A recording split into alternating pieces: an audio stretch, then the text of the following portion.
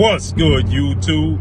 It's your boy, Blue Blood Sports TV, back at y'all with another one. So, the pound for pound king, and I put an emphasis on pound for pound king, undefeated, 4-division world champion, 2-division undisputed world champion, and the reigning WBA junior middleweight world champion, superstar boxer, Terence Bud Crawford, who is 41 wins, no losses, no draw, 31 wins by way of knockout.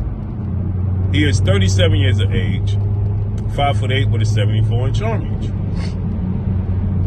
Terence Crawford responds to pushback of him being the pound-for-pound best fighter in the world by writers and journalists in the sport of boxing, who continuously, and it's opinionated, obviously, but they continuously do their best to push Terence Crawford to number 2 or number 3, behind 2 guys that he acknowledged as great fighters, 2 undefeated fighters, Olympic gold medalist, 2-division world champion, 2-division undisputed world champion, Ukrainian superstar boxer Usyk, and 4-division world champion, Japanese superstar boxer, 2-division undisputed world champion, Naoya the Monster Inoue, right? All undefeated. And you can make a case for both guys. There's no harm in that, making a case for both guys, for sure. The problem is, when you look at the resumes, right? Yes, for sure. The heavyweight division is the most glamorous division of them all in the sport of boxing. As the heavyweight division goes, so goes the sport of boxing, no doubt. But when you look at the competition in the biggest fights, Inoue faced adversity, right? He's been dropped in fights. He had to get up off the canvas and win fights. Got his eye broken by an older legend and Nonito Donaire, and was in a rough, rugged fight there, faced turmoil in that fight.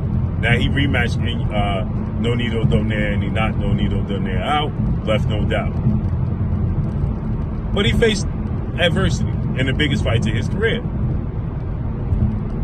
When he fought, that being Usyk, Tyson Fury, he was arguably losing and arguably lost the fight. He arguably got knocked out by Daniel Dubois. But the referee had a blunder, a major blunder. The referee claimed that it was a low blow, when we all saw it was right on the belt line. If it was counted as a on the belt line, actual punch, Usyk would have been knocked out. If you look at the Tyson Fury fight, he won a split decision because he rocked Tyson Fury late in the fight. And when he rocked Tyson Fury, that changed the fight. And that was like in the 9th round, I believe. 9th, 10th round or something. I don't remember what round it was. They're going to rematch tomorrow. But he was arguably easily losing to Tyson Fury. When you look at Terence Crawford's biggest fights, the Errol Spence fight, the Julius Ndongo fight, his undisputed fights, he leaves absolutely no doubt. The fight is never in doubt on his part. Never. The Ndongo fight, never in doubt. Errol Spence fight, never in doubt. He moves up in weight, fights Jeff Horn, never in doubt.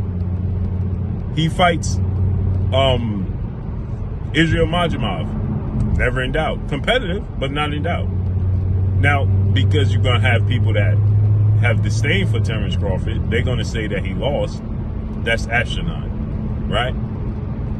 But it was truthfully never in doubt. The one competitive fight that he had that people could say he was down on the scorecards is the Sean Porter fight, right? That wasn't a unification bout. Was it one of the biggest fights of his career? Yes, because of namesake. But it wasn't a unification bout. It wasn't an undisputed bout. It was him defending his title. And the moment that he was made aware, in that epic historic moment where Tim Bradley, Hall of Fame 2-division world champion, told Terence Crawford, "You're down on the cards," from the commentator's spot, right?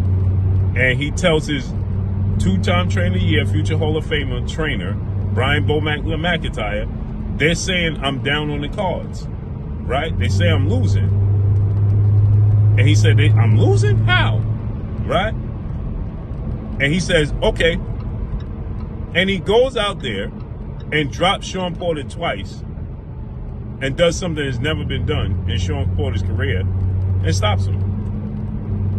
Has Kenny Porter, Sean Porter's father and trainer and manager, stop the fight.